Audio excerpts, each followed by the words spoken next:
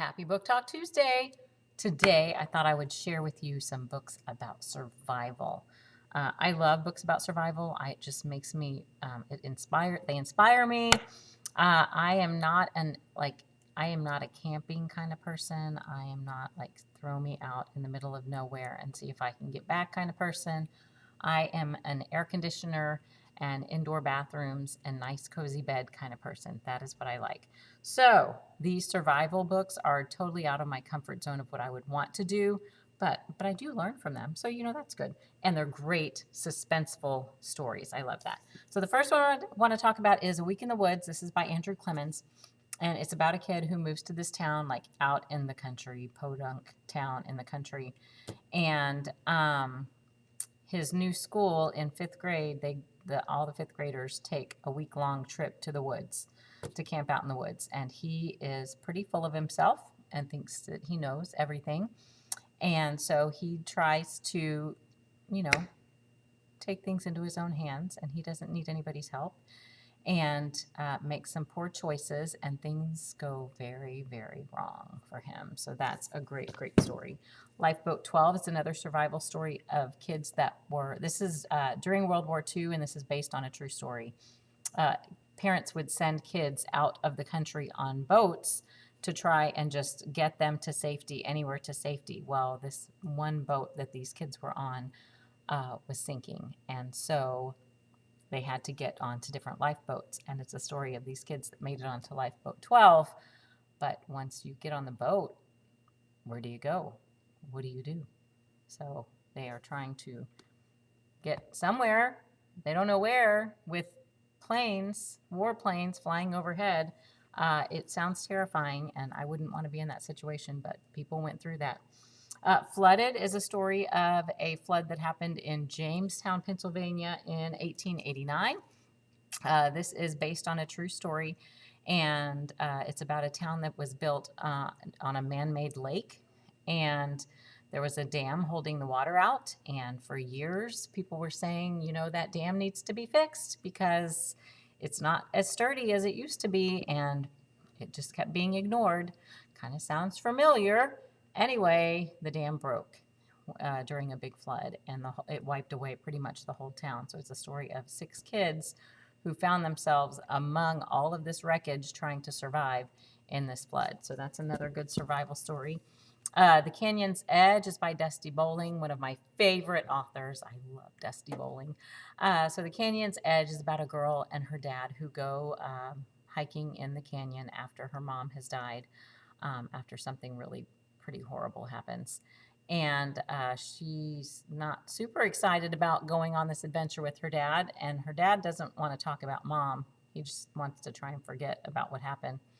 Well, during their visit, a flash flood comes through the canyon, and she is separated from her dad, and so now she is trying to survive at the canyon's edge on her own, looking for her dad, and no one knows that they are out there.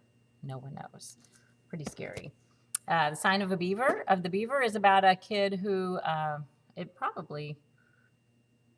know. It was a very, very long time ago. I don't even know. It was back when there were cabins and people were setting up their claims of land.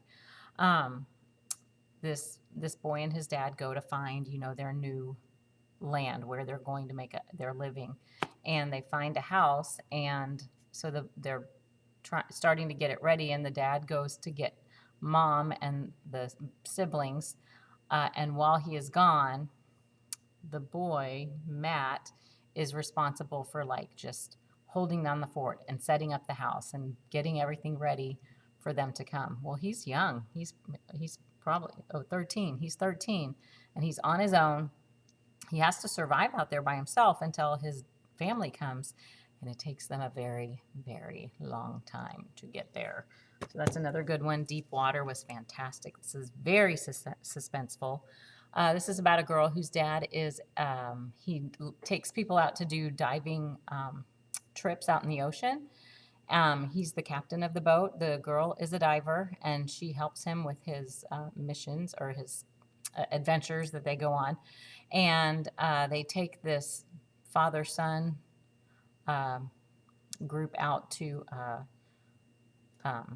do some diving, and despite what this girl is saying about how dangerous it is to do some certain things, the son and the dad just kind of do what they want, and they end up in a storm and getting separated from the boat in the middle of nowhere. And y'all, there, I mean, I was on the edge of my seat for this one. So, sink or survive. Sharks, everything. It's great. And then probably the one everybody knows about when we talk about survival books. You can't talk about it without talking about Hatchet.